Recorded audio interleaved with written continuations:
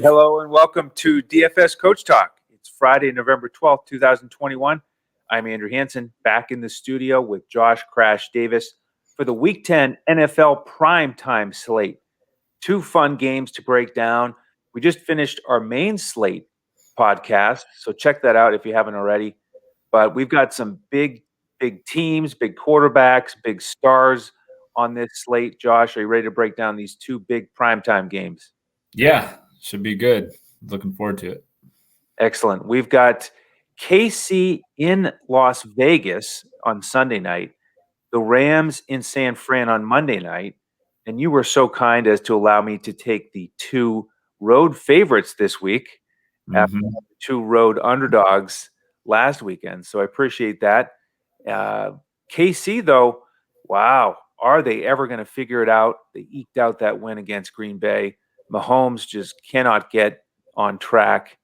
And I actually want to start this KC side talking about the running game because a lot of focus has been on Mahomes and the pass catchers. But I think Daryl Williams is a key play here on this showdown slate. Vegas is giving up over 130 yards rushing per game, 13th most fantasy points. They've actually been pretty stingy against passing games, only 5th in yardage allowed. So the matchup on paper here is really good for the KC backfield. 72% run blocking advantage for Kansas City, according to our friends at Pro Football Focus. And the price tags on DraftKings, I want to talk about Daryl Williams' price at $7,200. And something jumped out at me, Josh, comparing his price tag to Mecole Hardman at $6,400. I think Williams is a good play here. He's a potential captain on DraftKings, and I was digging into the stats because Hardman, he's kind of stepped up as that second wide receiver behind Tyreek Hill. But I've always thought of him, and he's always been like a 3K guy on the main slate, maybe into 4,000. But even on these showdown slates, he's usually 4,000, really at the most. Yeah. So his price has really jumped up. And I was looking at the stats in the last 4 weeks. If you look at what Daryl Williams has done in the passing game, just alone, compared to Hardman, Williams has 27.5 DraftKings points. Hardman has 31.3. So they've had almost the exact same production just receiving. Yeah. And obviously Williams gets a ton of carries too. He had 19 last week against Green Bay, 70 yards. By the way, that was pretty frustrating for me because I had a lot of Williams, and he had all those touches in the red zone. He just couldn't get in the end zone. Yeah. But the point is here, you really have to look at the prices on each site for each of these slates. That's what we do for these podcasts and for our members, of course, when we're finalizing lineups.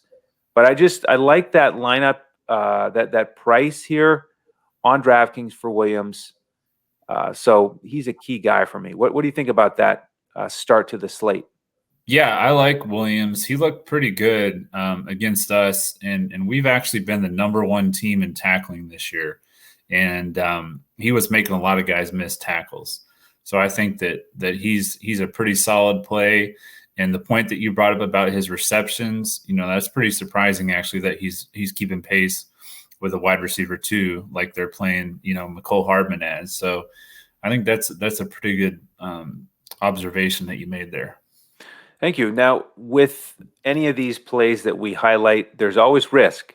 And Derek Gore is involved in that backfield. He only had 4 touches last week.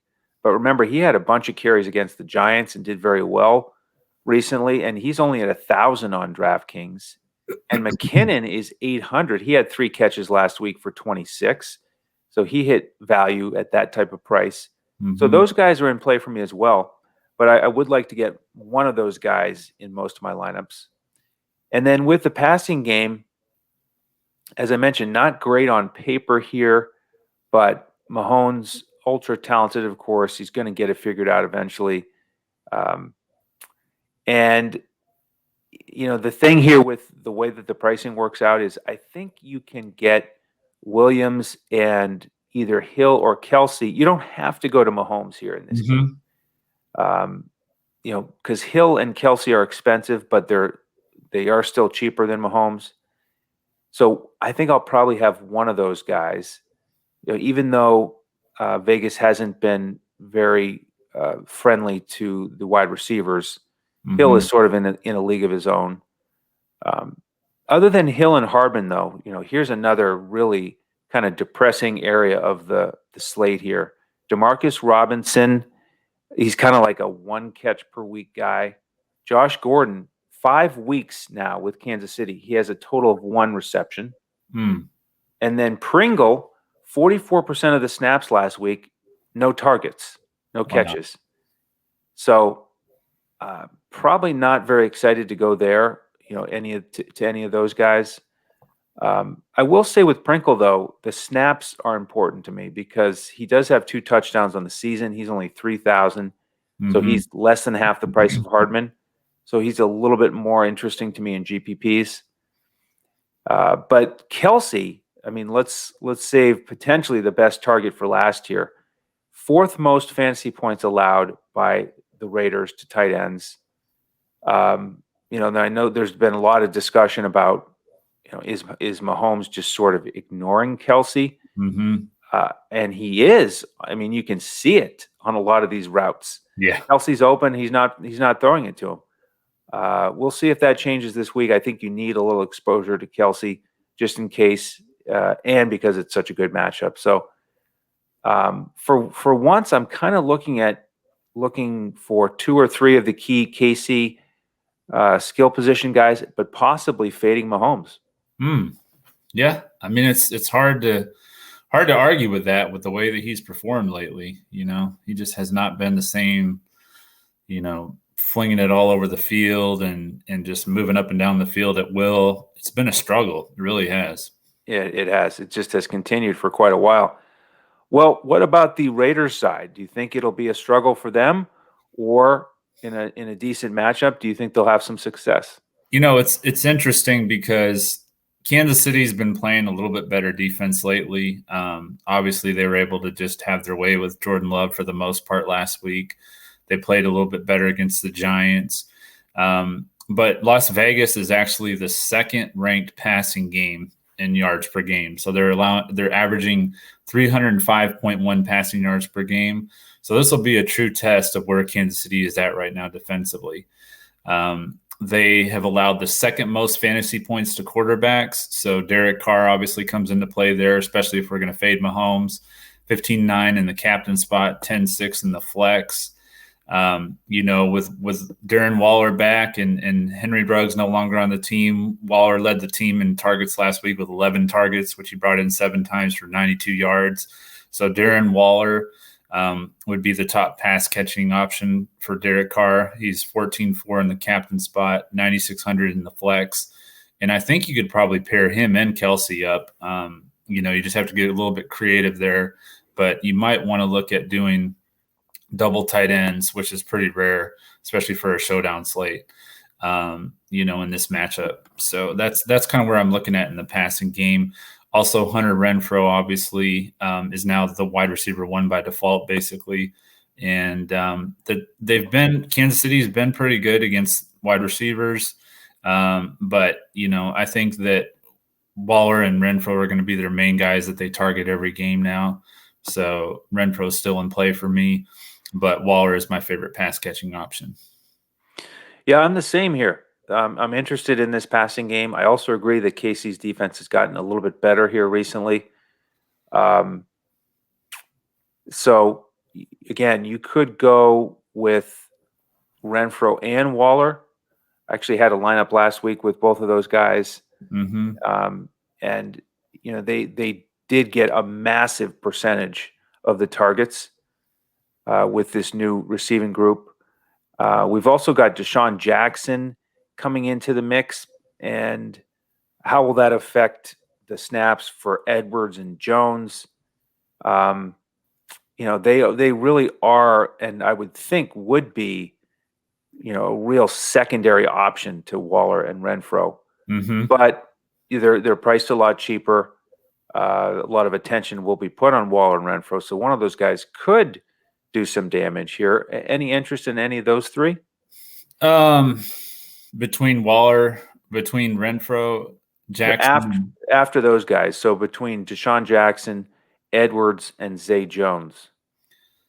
I would say maybe Edwards would probably be my pick there. But it's hard to know how they're going to work, Jackson into their offense. Just going to have to wait and see kind of how they use him. Hopefully it's a little bit more than Josh Gordon. So, yeah, I mean, this is one of the themes for these two primetime games here with Desean Jackson at the Raiders and then OBJ with the Rams, which we'll get to here in a little bit. The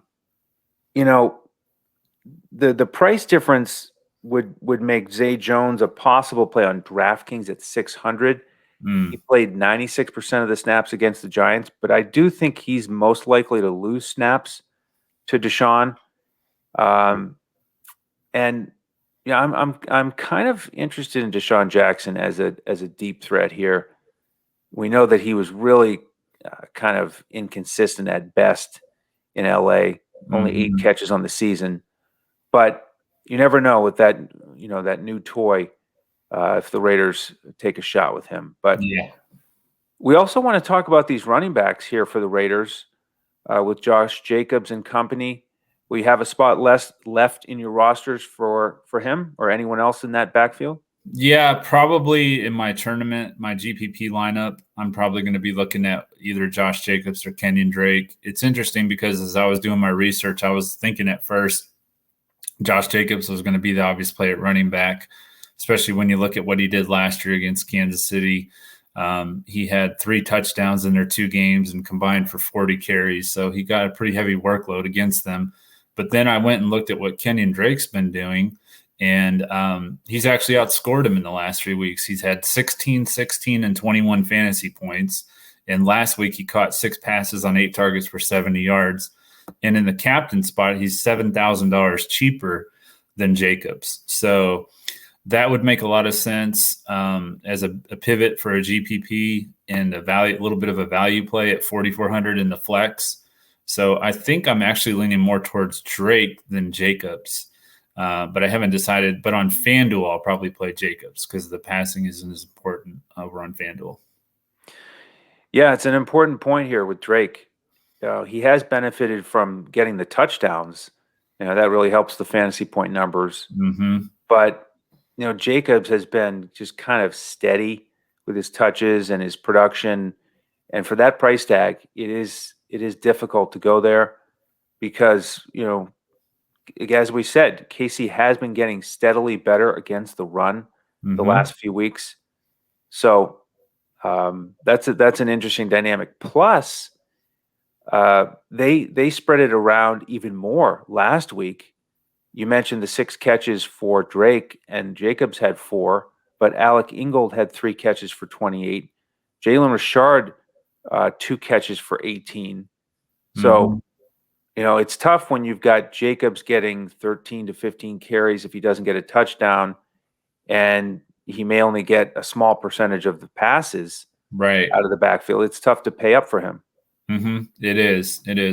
And the other thing about Drake is, if this game turns into a shootout, then that's obviously going to open up some more pass catching opportunities for him. So yes. I definitely like that game script to favor Drake over Jacobs in that sense. Yeah, exactly. I'm glad you mentioned that because that's why I was looking so closely at those receiving numbers, is because I'm anticipating that Vegas will be playing from behind, so they'll have to throw it, and that's what they did last week in that loss to the Giants. Is they just had all those passes to the running backs, trying to catch up. So, and if you look back at last year, the combined scores, it was 35-31 Kansas City in one and 40-32 Las Vegas in the other. So that's a lot of fantasy points right there. Yes, it is. Well, we're hoping for a lot of fantasy points for our lineups. Do you want to tell folks about how we give out lineups on these showdown slates, Josh? For our showdown slates on DraftKings? Yeah, for our members, how we what we provide. Oh, so for our members on DraftKings, what we provide on these showdown slates is we'll provide our hybrid and our GPP core, our top 4 plays, and you can, join us in our Discord, and we'll give out our top plays. And then there might be a little bit of a secret squirrel, as we like to call it. That's for right. Our GPPs that we'll throw out there for our members.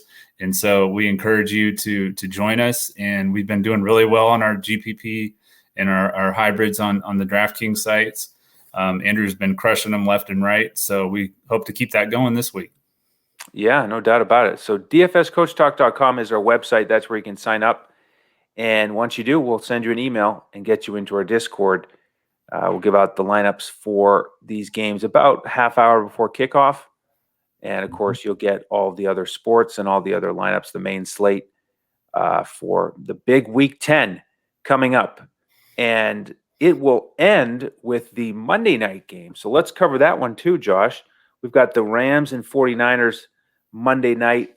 Rams favored by 3.5 with a nice total of 49. First meeting between these two division rivals. By the way, that's the same for the Chiefs and Raiders. As we get into this core part of the season here with some big rivalry games. So I'll start with this Rams side here, and a lot going on with them. Really disappointing loss to Tennessee, 28-16, but they're still 7-2, and they've got OBJ now. We're recording this on Friday night, so we're not sure if he's going to be active, but let's start there with the analysis. And it's going to be a new wrinkle and a really important one, because the Rams are one of these teams where they really concentrate their targets in a small group of players.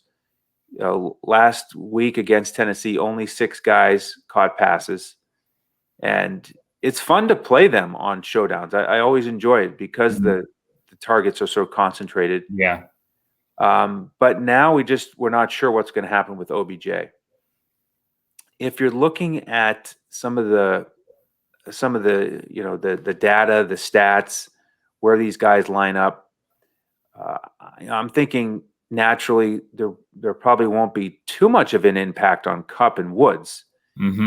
Kupp's been doing his thing, 67% of his routes in the slot, and Woods 44% of his routes in the slot, according to Pro Football Focus. The X factor here, I think, is Van Jefferson. He's had a big majority of his plays where he's run out wide, 358, 94 in the slot. And that's pretty similar to what OBJ has done this season. 250 of his routes out wide, only 40 in the slot. So, my early prediction here is that Jefferson takes a significant hit, but they do rotate them and ease OBJ in. But it's just one more guy we got to add to the mix. So it's going to make it a little bit tougher. We'll see how the pricing works out. And it's funny, the matchup here is very similar to what we just talked about with KC against the Raiders. Both the Raiders and the 49ers, their defenses allow about 350 yards per game, but only about 220 passing and 130 rushing. So on paper, it's a better matchup for the running backs than it is the wide receivers. But we know how proficient the Rams are throwing it. Yeah. So, I still want to get significant exposure to these pass catchers. And I like the Rams side better in general. So I am going to get probably 2 of the pass catchers. Higbee, of course, the key tight end. Another week last week with 10 targets and 5 catches. So that's my overview here of the Rams pass catchers. What are your thoughts on the group now that OBJ is going to be in town? Yeah, like you said, we're going to have to wait and see what's going to happen there. It's hard to know, hard to predict exactly how that's going to go down. But I still would think that Cooper Kupp would get the majority of the targets. I don't think that'll change. Do you?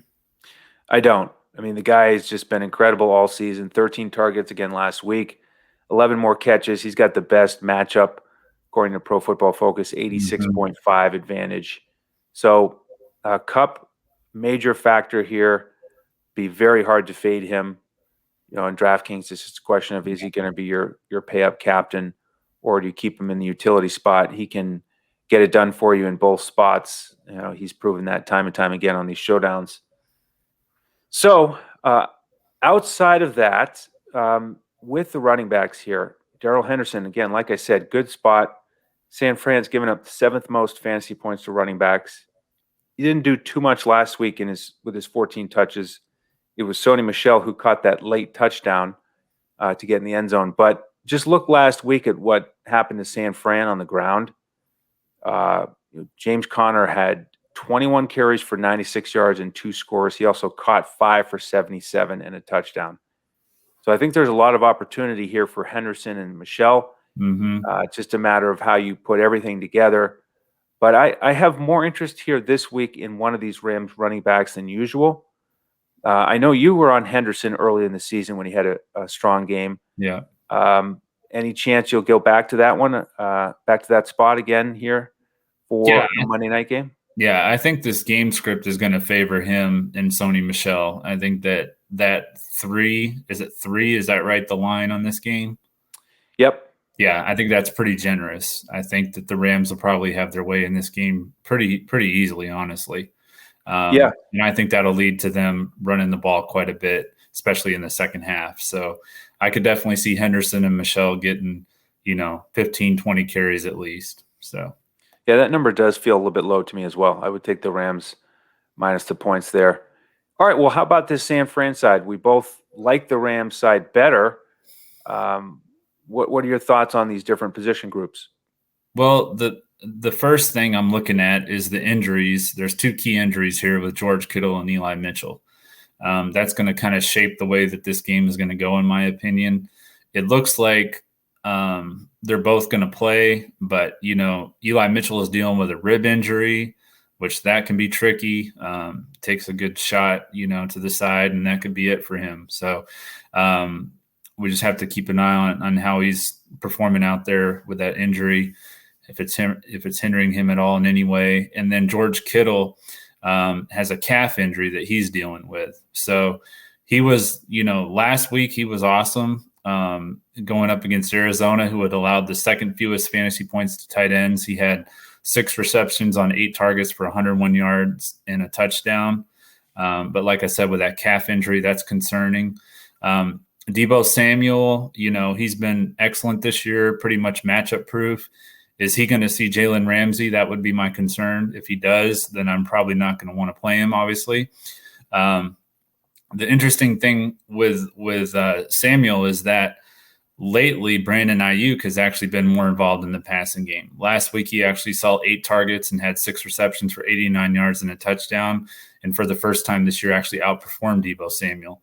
And he is projected to have a tougher matchup against Daryl Williams than he had last week. But, he's capable of putting up pretty decent numbers, I think. And if Kittle's hampered by injury and Samuel's over there on Ramsey, is trying to shut him down over there, then Brandon Ayuk could come into play in the passing game. And I do think that they're going to be passing quite a bit because I think they're going to be playing from behind. So that's kind of the way I'm breaking down this passing option for San Francisco. Yeah, I mean, if you're going to invest in these players in this passing game, it's encouraging to me that Jimmy G threw it 40 times last week against Arizona. Could be similar playing from behind. And he got to 326 yards and 2 scores. I think it was a major factor for him to have Kittle back out there. Really makes this offense much more difficult to deal with. So his health is extremely important. And for his sake, it'd be nice to see if he could just stay healthy. Guy is so talented. Yeah. So he's a big turning point in this game. And, it's a slightly above average matchup already. Rams give up the 12th most fantasy points to tight ends. And we know Kittle's one of the best. So he's certainly a big option here. And then I agree, it's important what happened with Ayuk because he had a bunch of weeks there where he did next to nothing. Which was a little bit puzzling because he's talented. He's done it before. So again, with him back as a real weapon, that helps San Fran for sure. But just really good Rams pass defense. Eighth fewest fantasy points to wide receivers. Yeah. So it's tough sledding across the board. Sanu is the guy that I think we can pretty much ignore. He's run 73% of his routes in the slot. So I think he could see some Ramsey there too, because Ramsey's played 44% of his defensive snaps in the slot. And so, yeah, that'll be interesting to see how much Samuel has to deal with him, because he moves around quite a bit. Well, with the uncertainty with Mitchell and his health, what does that do for you and San Fran running backs? Do you end up just fading them? Yeah, I'm probably going to be fading them. I'm probably going to play one of Kittle and then either Samuel or Ayuk. I'm not sure which ones, and then just load up on the LA side. So probably not going to go any deeper than maybe 2 guys for San Francisco here. So I think that without knowing the pricing, that's another unknown. Seems like there's a lot of unknowns here for this game, but without knowing the pricing, it's also hard to kind of predict how I want to build my lineup. But I think maybe 2 San Francisco guys, and then the rest of LA. Yeah, I'm probably going to be similar. Just a lot of things working against the San Fran running backs, in addition to what you've talked about. How about just a 0% run blocking matchup according to PFF? And then you've got Juszczyk out there, who always steals a couple catches. So, just not the area to attack. Banged up running backs against the Rams. We saw it, didn't work too well with Adrian Peterson. He did get that touchdown, but he didn't have a lot of room to operate. So yeah. I think we focus on the pass catchers primarily for San Fran. Yeah, I agree. And the game script would favor that too, most likely, unless they keep it close, So absolutely.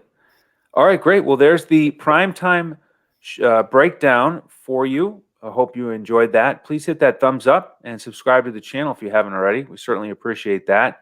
Let us know if you have any comments, questions. You can also reach out to us on Twitter at DFS Coach Talk.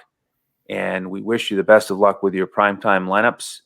If you want to snag ours, again, dfscoachtalk.com, and join us through the website. And we'll hopefully have a lot to celebrate here for these primetime games. Yeah. All right. Well, thanks for tuning in, everybody. Have a great weekend on behalf of the entire DFS Coach Talk team and Mr. Josh Crash Davis. I'm Andrew Hanson. We'll see you next time as we look to crush it in DFS.